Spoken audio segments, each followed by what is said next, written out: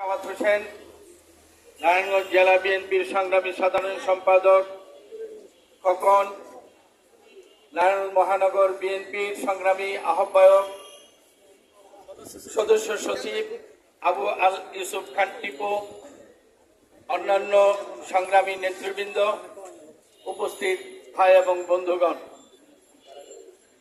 আজকের যে আমাদের এই প্রোগ্রাম আপনারা সবাই জানেন যে আমরা বিএনপি এবং সমমনা রাজনৈতিক যতগুলা দল আছে সবাই মিলে সম্মিলিতভাবে আজকের এই গাইবেনা জানাজা যেটা অনুষ্ঠিত হবে সেখানে আমরা উপস্থিত হয়েছি। জাতির জন্য আমাদের জন্য অত্যন্ত দুর্ভাগ্য এবং অত্যন্ত লজ্জাজনক একটি অবস্থায় আমরা উপনীত হয়েছি। মহান মুক্তিযুদ্ধে আমরা অংশগ্রহণ করেছিলাম, এদেশকে শত্রুমুক্ত করে গণতান্ত্রিক রাষ্ট্রীয় ব্যবস্থা প্রতিষ্ঠা করে মানুষের মৌলিক অধিকার প্রতিষ্ঠা করে সুষম একটা রাষ্ট্রীয় ব্যবস্থা পরিবর্তন করার জন্য অনেক শহীদের রক্তের বিনিময়ে আমরা এই বাংলাদেশ অর্জন করেছি। মুক্তিযুদ্ধে আমি অংশগ্রহণ করেছিলাম, আপনারা জানেন, যুদ্ধকালীন আমি কমান্ডার ছিলাম।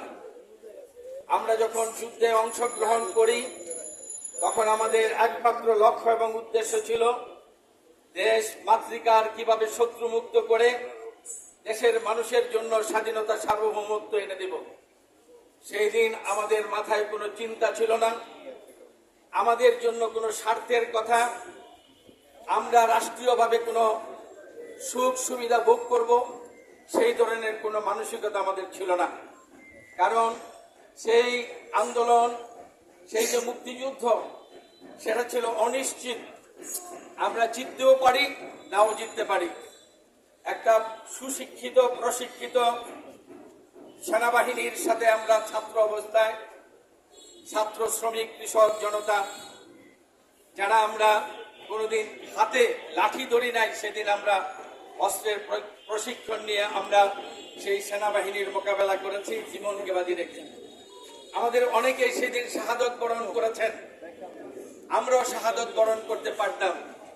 কাজে আমাদের কোনো লক্ষ্য ছিল না যে আমাদের ব্যক্তিগত কোনো স্বার্থের। আমরা দেশ এবং দেশের মানুষের জন্য নিজেদেরকে আত্মনিয়োগ করেছিলাম। সেদিন যুদ্ধে 9 মাস সশস্ত্র যুদ্ধের মাধ্যমে অনেক ত্যাগের বিনিময়ে আমরা এই বাংলাদেশ স্বাধীন করেছি। আজকে স্বাধীন সার্বভৌম বাংলাদেশের নাগরিক আমরা। এই নাগরিকের গণতান্ত্রিক অধিকার, তাদের মৌলিক অধিকার এবং সকলের জন্য রাষ্ট্র সমান ব্যবস্থা করবে, ন্যায় বিচার প্রতিষ্ঠিত হবে, ন্যায়সঙ্গতভাবে মানুষ নিজ নিজ অধিকার ফিরে পাবে, সেই লক্ষ্যকে নিয়ে আমরা সেদিন মহান মুক্তিযুদ্ধে অংশগ্রহণ করেছিলাম। আজকে মুক্তিযোদ্ধাদের জন্য অত্যন্ত অপমানকর একটি বিষয়, লজ্জাজনক একটি বিষয়। মুক্তিযোদ্ধারা নিজেদেরকে মুক্তিযোদ্ধা যখন পরিচয় দেয়, এর চাইতে গৌরবের, এর চাইতে আনন্দের, এর চাইতে সম্মানের আর কিছু হতে পারে না। রাষ্ট্রের কাছ থেকে কিছু পেতে হবে, আর পেলে মুক্তিযোদ্ধারা খুশি হবে, এমন মানসিকতা মুক্তিযোদ্ধাদের মধ্যে নেই। আমরা বিশ্বাস করি বাংলাদেশের জনগণ সকলের জন্য রাষ্ট্র সমান ব্যবস্থা করবে, সমান ন্যায্য অধিকার সবাইকে দিবে। আপনারা আমরা সবাই জানি কোটা তৈরি করে মেধার বিকাশের পথ রুদ্ধ করা হয়েছে। শুধু তাই নয়, মুক্তিযোদ্ধারা যেমন সাহসিকতার সাথে একদিন দেশের স্বাধীনতা যুদ্ধে অংশগ্রহণ করেছিল, তারা বীর পুরুষ, তাদের সন্তানরা, তাদের নাতি নাতনিরা কেন কাপুরুষ হয়? প্রশ্ন। আমাদের সন্তানরা প্রতিযোগিতা করে তাদের মেধার বিকাশের মাধ্যমে তারা রাষ্ট্রীয় বিভিন্ন বিষয়ে তারা তাদের অংশগ্রহণ সুনিশ্চিত করবে। আমি একজন মুক্তিযোদ্ধা হিসাবে কোনোভাবেই মেনে নিতে পারি না যে আমার সন্তান বিশেষ বিবেচনায় সরকারের আনুকূল্যে কোন জায়গায় মেধার একটা মানুষকে পাশ কাটিয়ে সে একটা উপযুক্ত জায়গা দখল করে নেবে, এটা আমি পছন্দ করি। এরপরে আমার নাতি নাতনি তারাও যদি এই ফ্যাসিলিটিসের কথা ভাবে, তারা মননশীল হবে না, তারা পড়ালেখায় মনোযোগী হবে না, তারা জ্ঞান বিকাশে সচেষ্ট হবে না। তারা মনে করবে কোটার মাধ্যমে আমি আমার দায়িত্ব কর্তব্য পাবো, সেই জন্য তারা ভালোভাবে অধ্যয়নও করবে না। এটা আমাদের জন্য অপমাননাকর, যেমন তেমনি ভাবে আমাদের সন্তান সন্ততিদের জন্য ক্ষতিকারক। আমি একজন মুক্তিযোদ্ধা হিসেবে বলতে চাই, আজকে আমাদের দেশের ছাত্র তরুণরা আজকে যে কোঠা সংস্কার আন্দোলনে অংশগ্রহণ করেছে, মুক্তিযুদ্ধের চেতনাই তাদের মধ্যে জাগ্রত, মুক্তিযুদ্ধের চেতনা নিয়ে আজকে তারা কাজ করছে। আর সেই আন্দোলন সংগ্রামকে যারা আজকে প্রতিহত করার জন্য কাজ করছে, নির্বিচারে তাদের উপর আক্রমণ করছে, গুলি করছে, জীবন নিয়ে ছিনিমিনি খেলছে, তারা পাক হানাদার বাহিনীর চাইতো আজকে খারাপ অবস্থানে আছে। এটা শুধু একমাত্র তাদের স্বার্থের জন্য যদি মুখে বলে মুক্তিযুদ্ধের সপক্ষের শক্তি, মুক্তিযোদ্ধাদেরকে সম্মান দিতে হবে, এটা শুধু আত্মক্রন্দন। তাদের ভিতরের কথা হলো তাদের সুযোগ সুবিধা কিভাবে তারা পাবে, সেই জন্য এই স্লোগান। আমরা মনে করি মুক্তিযোদ্ধারা আমাদেরকে অসম্মানিত আর করবেন না, আমাদেরকে প্রতিযোগিতায় অংশগ্রহণ করার সুযোগ দেন। আমাদের সন্তান সন্ততিদেরকে যেমন একদিন আমরা মুক্তিযুদ্ধে অংশগ্রহণ করে আমাদের বীরত্ব প্রদর্শন করেছি, সেইভাবে আমাদের সন্তানরাও সম অধিকার নিয়ে বাঁচবে, এটাই চাই। এই কোটা সংস্কার আন্দোলন এত যুক্তিসঙ্গত যে কল্পনাই করা যায় না। আমাদের সন্তানরা আজকে এত সচেতন। 56 কোটার ভিত্তিতে যদি আজকে চাকরিতে নিয়োগ করা হয়, সামান্য কিছু মেধার ভিত্তিতে নিয়োগের ব্যবস্থা। এছাড়াও আরেকটি জিনিস আপনারা হয়তো লক্ষ্য করেন, আমরা মুক্তিযোদ্ধা ছিলাম কতজন? 1971 সালে সরকার বিভিন্ন ভাবে ভুয়া মুক্তিযোদ্ধা তৈরি করে দেশের মুক্তিযোদ্ধাদের মান ইজ্জত সম্মান নষ্ট করে দিয়েছে। মন্ত্রী থেকে শুরু করে সচিব ভুয়া মুক্তিযোদ্ধা সনদ দিয়ে তারা রাষ্ট্রীয় ক্ষমতায় অধিষ্ঠিত হয়েছে, সুযোগ সুবিধা ভোগ করেছে। এটা মুক্তিযোদ্ধাদের জন্য অত্যন্ত অপমানজনক এবং অত্যন্ত লজ্জাজনক। প্রকৃত মুক্তিযোদ্ধার সংখ্যা অনেক কম, কিন্তু আজকে এই সরকারের সময় ভুয়া মুক্তিযোদ্ধার সংখ্যা প্রকৃত মুক্তিযোদ্ধার সংখ্যা থেকে অনেক বেশি। তাহলে কি সরকার চান যে সামান্য কয়টা মুক্তিযোদ্ধার সুযোগের কথা বলে তাদের স্বার্থে অসংখ্য ভুয়া মুক্তিযোদ্ধা তৈরি করে তাদের থেকে অর্থ সম্পদ নিয়ে বিভিন্ন উপকরণ নিয়ে তাদেরকে ক্ষমতায় অধিষ্ঠিত করতে? এটা অন্যায়। এই অন্যায়ের বিরুদ্ধে আমরা প্রতিবাদ জানাই। আমাদের দলের পক্ষ থেকে এই অন্যায়ের বিরুদ্ধে আমরা সোচ্চার, এবং যারা আন্দোলনরত আছে আমাদের এই ছেলে, আমাদের এই ভাই, আমাদের এই স্বজন, তারা ন্যায়সঙ্গত অধিকার নিয়ে আজকে আন্দোলন করছে। এই আন্দোলন করতে গিয়ে সরকারের পিটুয়া বাহিনী, ছাত্রলীগ, যুবলীগ, হেলমেট বাহিনী এবং পুলিশ নির্বিচারে গুলি করেছে।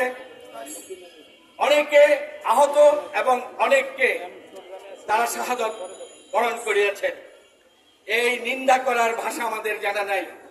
আমরা তাদের রুহের মাগফিরাত কামনা করে আমরা গায়বানা জানাজায় অংশগ্রহণ করব। শোকসন্ত পরিবারের প্রতি আমরা সমবেদনা জানাই, এবং আমরা আগামী দিন এই আন্দোলনে যারা ক্ষতিগ্রস্ত তাদের পাশে ইনশাআল্লাহ আমরা থাকবো। আমরা আরো প্রত্যয় ব্যক্ত করছি, নারায়ণগঞ্জ কৃষক, শ্রমিক, মেহনতি মানুষের আন্দোলন সংগ্রামের ঐতিহাসিক একটি জেলা।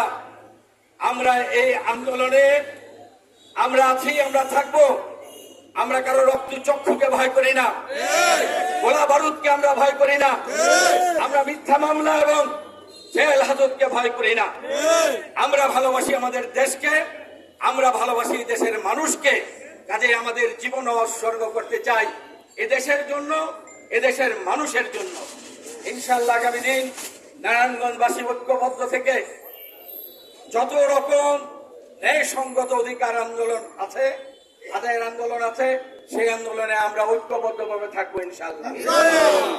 আমরা পরিশেষে সরকারকে একটি কথা বলতে চাই, আপনারা ক্ষমতায় আছেন জনগণের ম্যান্ডেট নিয়ে না, জনগণের অধিকার হরণ করে মুক্তিযুদ্ধের আদর্শের চেতনাকে সম্পূর্ণভাবে ধ্বংস করে দিয়ে ব্যক্তিগত স্বার্থে আপনারা নিজেদেরকে ঘোষণা করে ক্ষমতায় আছেন।